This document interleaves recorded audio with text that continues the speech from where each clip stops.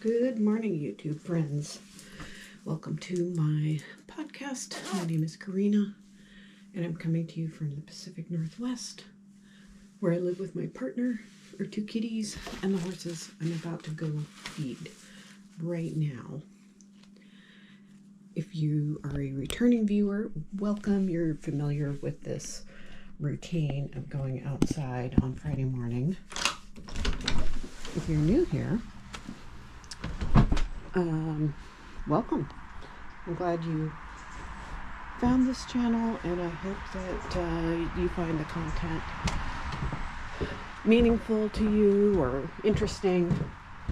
The podcast is primarily about my knitting and my horsemanship journey, and sometimes I talk about other things that are important to me. It is Friday, December 27th, after Christmas. It is about 8 a.m., so the sun still coming up, but it is dark and gray. We have been under an atmospheric river, which usually means warm and rainy, although it's not particularly warm out. It's in the mid-40s, and when we have this weather pattern, it's usually like the low is 41 and the high is 45 for the day. We spent Christmas with my sister-in-law, Randy's sister, and it was just really nice, relaxing time. I had bought a fat bike, not an electric bike, but a fat bike which has really big tires and is used for riding on groomed like cross-country ski type trails, and also sand. So at the beach we had planned to go pick that up, but the bike store that has it is on the east side of the mountains, and the pass was closed because with this atmospheric river came a lot of snow. So the pass opened and closed like 3 times in a 24-hour period. So it was, I mean, yay if we got over there, but then what if we couldn't come back? So we came home. Hi, Bragi. So here's Bragi, my young Mustang. Where's your uncle? Uncle O, Odin the Mustang, is the older one that I ride. And Bragi's still in training. Oh, Odin is in Bragi's stall. So Odin is the one that I do most of my riding. Bragi is primarily a companion horse, but hopefully he will eventually be a riding horse. He is 6. So I'm going to get to feeding since it is past their feeding time. Hello, YouTube friends. Welcome to the knitting and chit-chat portion of my episode. I hope you have something nice to drink. I have a cup of tea right here, an herb tea, and maybe a knitting project or something craftsy that you like to work on.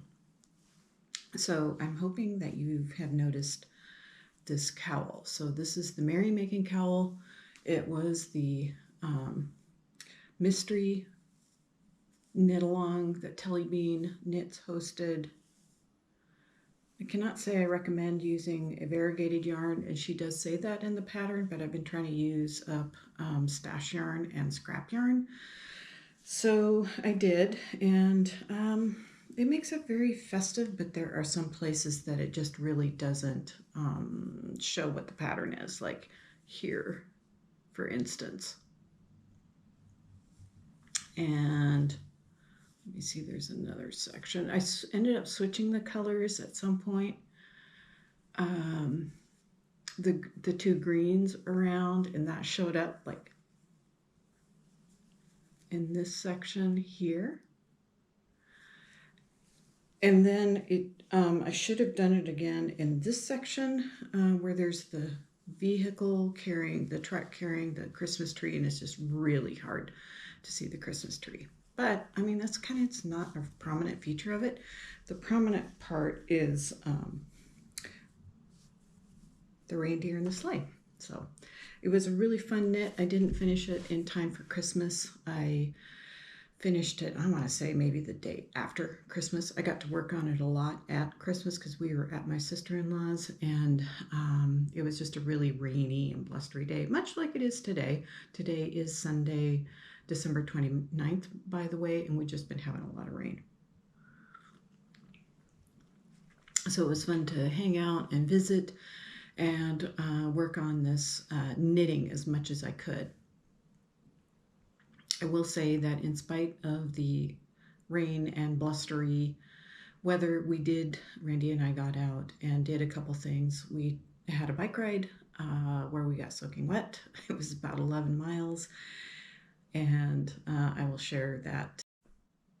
My camera randomly stops, so we just carry on. Yesterday we took Odin for a hand walk, and it was nice when we started out, and then it started raining toward the end of our walk. So again, another kind of wet end to a nice outing. And for whatever reason, I have not brought a rain jacket. It is December. It is the Pacific Northwest. Why? I think I am in a little bit of denial. It's like I don't want it to rain, so I'm not going to bring my rain jacket, which is absolutely silly. But it's what I've done. And it hasn't been terrible. I've gotten wet. I've had to change clothes. And after the bike ride, I was pretty cold. So I will say the good news is that I was working on a knitting project, and that warmed up my hands very nicely.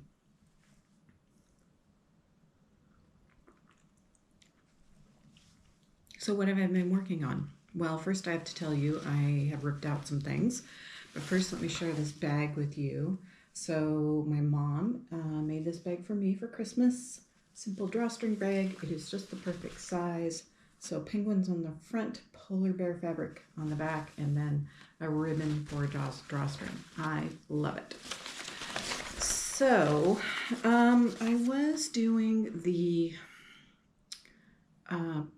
Bakery Bears patron knit along, which was a hat and a pair of mitts, matching mitts. And I ended up if you saw, let me see, it would have been on Instagram, I may have shared one finished mitt. It was too big. And it has a really beautiful folded cuff. Both the hat and the mitts have that. I found it a little bit too fiddly for my liking, especially when I was using dark colored yarn for the hat. So I just ripped them both out, and I started a hat. So this, and I'm using basically Kay Jones kind of hat pattern. I'm doing it the opposite way. So I'm knitting it from the top down rather than the bottom up. And this is the Freckled Whimsey at 2024 Advent yarn, Merry and Bright. Has 24 stripe repeat, and I'm basically making a muscle burrow hat of my own design. I don't have the pattern. I've seen it enough, and I know the fiddly bit is is putting on a small number of casting on a small number of stitches. I'm not worried about that. This may be the inside of the hat because it's basically kind of a long football shape, and then you fold it into each other so that it just kind of folds over. And I think you can make it long enough to make a brim. I will see how much yarn that I have. So this is the second Freckled Whimsy ball. It came in 2 skeins, and this is the one where I ripped everything out. So there's a lot of loose ends. I'm not worried about it with this hat because I'll just sew them in before I sew up the other end that is going to be a twin to this. See, I know it's hard to see with this colorful thing and this colorful thing, so apologize for that. And then I also have, this is the yarn, kind of contrast yarn I was using for the mitts. It goes very nicely together. I don't have a lot, so I would have ran out of yarn. I also have the contrast color that came with the Merry and Bright Freckled Whimsey skein. So I could end up, these are very similar. I mean, this one's a little bit redder, but I could potentially, just depending on how it works out, could potentially just make stripes in there. So we'll see. So that's one of the projects I've been working on, and I just cast that on yesterday. I also have this little teeny bit that I need to work in there, which I will. Like I said, sewing in ends doesn't bother me. So, and I want to make sure I have enough to make this hat big enough. So, and you can expect to see that in upcoming episodes. Curious, we took our Christmas tree down yesterday, and I'm wondering, for those of you who celebrate Christmas, how long you leave your Christmas tree up. I know that there's, I think I saw the Crazy Sock Lady, they took their Christmas tree down like a day or two after Christmas. Normally I like to leave it up until the Epiphany, which is January 6th. I mean, as part of the Christian tradition, which I grew up in. I wasn't that attached to the Christmas tree this year for some reason. I really loved having the lights. It's just very nice to light up the dark winter, and I think that's a wonderful part of the tradition. We do have a ceramic tree with all the bulbs that was from Randy's great aunt. So we still have that, and I think we'll leave that up at least till the Epiphany. So let me show you the other project that I'm working on. So you've probably seen this bag before. It has a poncho in it with a colorwork design I've modified. So this is the poncho. Oops, sorry about that. And it's an Icelandic poncho, and it comes from this publication that my sister got me a while ago. I love ponchos. If you've been here before, you will have seen that. But I'm using 3 colors of yarn, and then instead of that traditional kind of Icelandic color work, I am using a similar stitch count from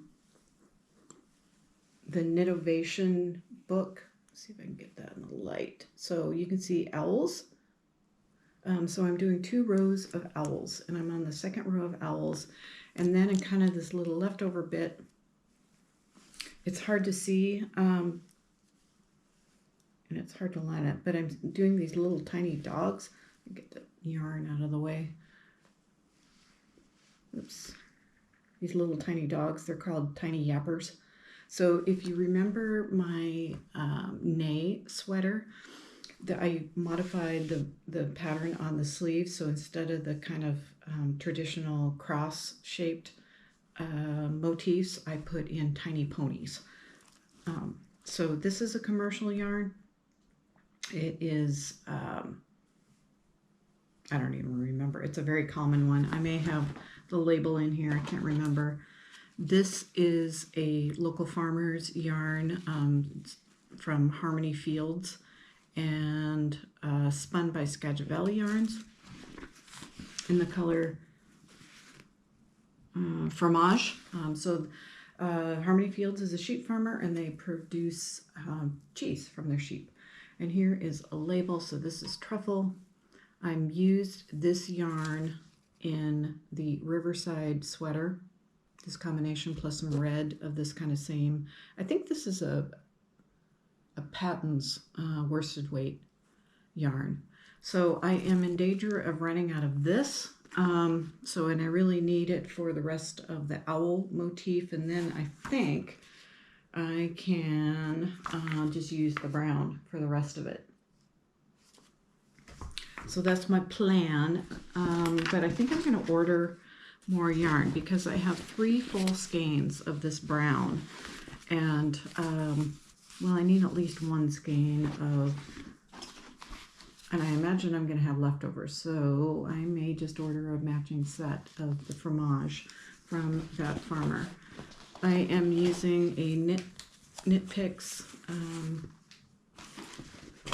interchangeable needle. I think it's size 10, if I remember right. And I got this from the Advent, the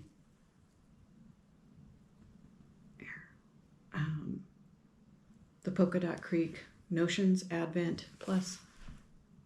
You see these little coffee, iced coffee lights. Challenging. There we go. Forgot to show it on my other project. So this is top down. I used the Chalgu red lace for the ribbed section, and these are a size 7, US size 7, so 4.5 millimeter. So I copied the motifs into this book. This is an origami book that I put kind of special patterns in from the Knitovation. And I also have, what's the other stitch dictionary by Pacific Knits. So actually, I want to say, yes, so the owl motif is actually from the Pacific Knits, the doodle book that she just recently published. So I want to show you the stitch markers from, get this back in here. So I have to kind of cover things up so that Herbert, the yarn murdering kitty, he loves to get after my yarn, and especially a fun bag that he can stick his little paws in. So let me show you, and this might be a long and chatty one. And I also forgot to mention I'm using a 2.25 millimeter needle. These are double pointed needles. They're the Flexi Flips, Addy Flexi Flips. I really like these. And then this is the, there we go, like a little gingerbread man. Progress keeper, or beginning of round marker in my case. And then this one, this needle stitch stopper was from this one right here, not this one. That one's an ancient one. Is from, looks like a little globe, is from the Polka Dot Creek Advent, which was really fun. And I did end up opening it. But I am in the dining room and not upstairs where I opened it, so I can't show you. Sorry about that. Okay, so I think that's it for the knitting segment. You can stick around. I was going to talk about horses a little bit and just kind of what I'm up to. So I went on, and if you're not interested in that, let me just give you a chance to pause and stop the video if you're not interested in the horse and the life stuff. And I'm going to show you my indoor garden too. So let me just talk really briefly about the horses. So I have been getting out on Odin quite a bit. I think I mentioned that last time. I went on a really fun trail ride with my friend Ellen last Monday. There was a break in the rain, and she had an opportunity at 2:30 in the afternoon to go after her dentist appointment. And at first I was like, oh, 2:30 in the afternoon. I mean, we're basically going to have an hour and a half because it gets dark in the woods and the sun goes down, you know, after 4 p.m., right after 4 p.m. And it's been cloudy and rainy. So it's just kind of naturally dark. But, you know, one of the things that I want to invite for New Year's is a little bit more spontaneity. I tend to be very attached to my schedule, and I kind of want to let go of some of that rigidity that I think I have in my schedule. So I said, okay, I am going to put on my big girl pants and I'm going to go. And it was outside of my comfort zone. We had a great time, and Odin was really into it. He's really fit right now, so her mare was just kind of like poking along, not really into it, and Odin was like, I'll lead. He even led us through a stream. He's usually very water averse and needs another experienced horse to kind of lead through it. He did it, and it was pretty deep and flowing pretty fast, but I mean, it wasn't deep enough for me to get my feet wet or anything, but he did it. He put his nose down there. I mean, he's got this interesting technique is like he kind of uses I think he uses his sight and his sense of smell and his ears to, hear if the bottom is solid. So the thing that he does not want to do is sink unexpectedly into a hole. So he's very careful about that, and it was great fun. Toward the end of our ride, there's been a lot of logging in the forest. So I live very near a commercial private logging lands, tree farm. That's what it is, and it's several tens of thousands of acres and they allow recreation on it. So you can, this time of year, the roads, you can use the logging roads when they're not logging. Well, they've been doing a lot of logging. So earlier that day, Randy and I saw the equipment from the tract that's near us, and we saw these 3 giant excavator machines going down the road. And I was like, oh great, maybe this section up here by us will open. Well, when Ellen and I were riding, one of those pieces of equipment was headed right toward us because we were coming out on a logging road. Fortunately, Ellen knows that tract very well, and she said, there's a little trail on your right. So we went up that and just let the logging equipment pass, and the drivers were very nice. They rolled down their windows and waved at us. So it was really great, and it was just really fun. And it turns out if I do come in after dark, I don't turn into a pumpkin. So that's the good news. And also, Bragi didn't turn into a pumpkin. He did a really good job of, he was nervous about being by himself, but he just waited for us, and he didn't whinny that much, and he didn't run around and get himself all sweaty. So that's a big win. So that was super fun. And then it was Christmas, and we were supposed to go to across the mountains to pick up my new fat bike, which I don't know if I've mentioned that before, but there's a really great sale on a fat bike. So a fat tired bike. It's not an electric bike. I'm not quite ready for that yet. But you can use these fat tired bikes to ride on groomed snow trails or even ungroomed snow trails if it's not too deep, and sand. So they're really fun. Randy's had one for probably at least a decade, and I've always borrowed one or had to rent one, which is quite expensive. So there was this really great sale right before Christmas, so I just purchased it over the phone, and a friend of ours who knows the bike shop owner, he lives nearby, so he went and picked it up, and so it's been sitting in his shop since then. Since we were partway there, staying over at my sister-in-law's house for Christmas, we were going to go get it the next day. However, when there's rain in the lowlands, it means there's snow in the highlands. So the pass that we needed to get over closed and opened 3 times in a 24-hour period. So we just decided to not risk it. Instead, we're going tomorrow. So that's been kind of my rambly life bits. I already told you about the walk that we did and the bike ride we did. So how about if I show you my little indoor garden? So I need to turn the camera around. Sorry about that. Tilt, tilt, tilt.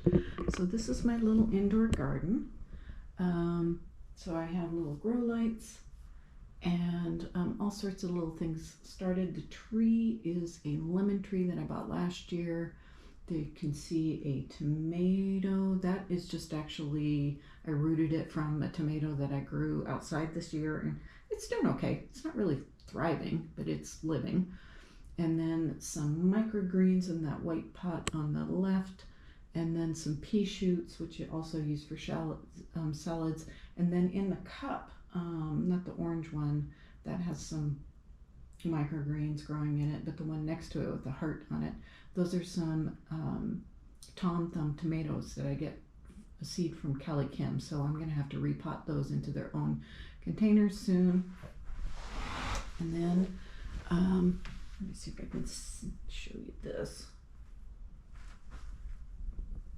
So, and then in there, and all these grow lights are on timers, so they still get quite leggy.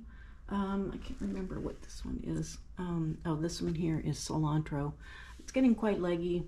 So some of these I'm going to use for probably just microgreens, just to flavor some salads. So I still have greens growing outside, and so this is lettuce right here, so it's doing okay. And these pea shoots can be in salads. So, and then there's dill, the dill's doing okay, and that's lettuce right there also. So yeah, you can see the little tomatoes have their own little leaves. So, and then these get sprinkled on salads too, these microgreens here. So it does make for a pretty nifty salad.